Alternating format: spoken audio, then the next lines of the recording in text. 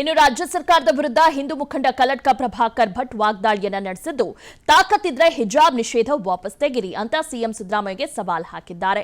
ಸಮವಸ್ತ್ರ ಜಾರಿ ಮಾಡಿದ್ದೇ ಎಲ್ಲರೂ ಒಂದೇ ಭಾವನೆ ತರಲು, ಹೀಗಿರುವಾಗ ಮಕ್ಕಳಲ್ಲಿ ಯಾಕೆ ತಾರತಮ್ಯ ಹುಟ್ಟು ಹಾಕುತ್ತೀರಿ ಎಂದು ಕಲ್ಲಡ್ಕ ಪ್ರಭಾಕರ್ ಭಟ್ ಪ್ರಶ್ನಿಸಿದ್ದಾರೆ. ಅಲ್ಲದೆ ಹಿಜಾಬ್ ಧರಿಸಲು ಪರ್ಮಿಷನ್ ಕೊಟ್ರೆ ನಾವು ಕೇಸರಿ ಶಾಲು ಧರಿಸಿ ಹೋಗ್ತೇವೆ ಎಂದರು. ಭಾರತದಲ್ಲಿ ಹಿಜಾಬ್ ಶಾಲೆಗಳಲ್ಲಿ ಸಮವಸ್ತ್ರ ಇರುವಲ್ಲಿ ಅದು ಬೇರೆ ಆಗ್ಲಿಕ್ಕೆ ಸಾಧ್ಯನೇ ಇಲ್ಲ. ಹಿಂದೂ ಹೇಡಿಗಳ ನೀವು ಹಿಜಾಬ್ ಧರಿಸಲಿಕ್ಕೆ ಅನುಮತಿ ಕೊಟ್ರೆ ನಾವು ಕೇಸರಿ ಧರಿಸಿ ಹೋಗ್ತೇವೆ. ನಾವು ಕೇಸರಿ ಶಾಲೆ ಆಗ್ತೇವೆ, ಕೇಸರಿ ಟೋಪಿ ಧರಿಸ್ತೇವೆ, ಶಾಲೆ ಒಳಗೆ ಜೈ ಶ್ರೀರಾಮ್ ಹೇಳ್ತೇವೆ. ನೀವು ತಾಕತ್ತಿದ್ರೆ ಅಲ್ಲಾಹು ಅಕ್ಬರ್ ಹೇಳಿ ನಾವು ಜೈ ಶ್ರೀರಾಮ್ ಹೇಳ್ತೇವೆ. ಅಲ್ಲಿ ಹೇಳುವಂತ ಸಮವಸ್ತ್ರದ ವ್ಯವಸ್ಥೆ ನೀವೇ ಮಾಡಿರುವಂತದ್ದು.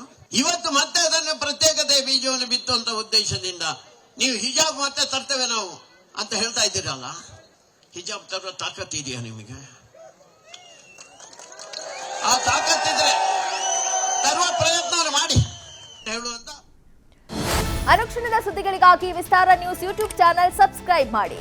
ಹೊಸ ಸುದ್ದಿಗಳ ನೋಟಿಫಿಕೇಶನ್ಗಾಗಿ ಬೆಲ್ ಐಕಾನ್ ಕ್ಲಿಕ್ ಮಾಡಿ.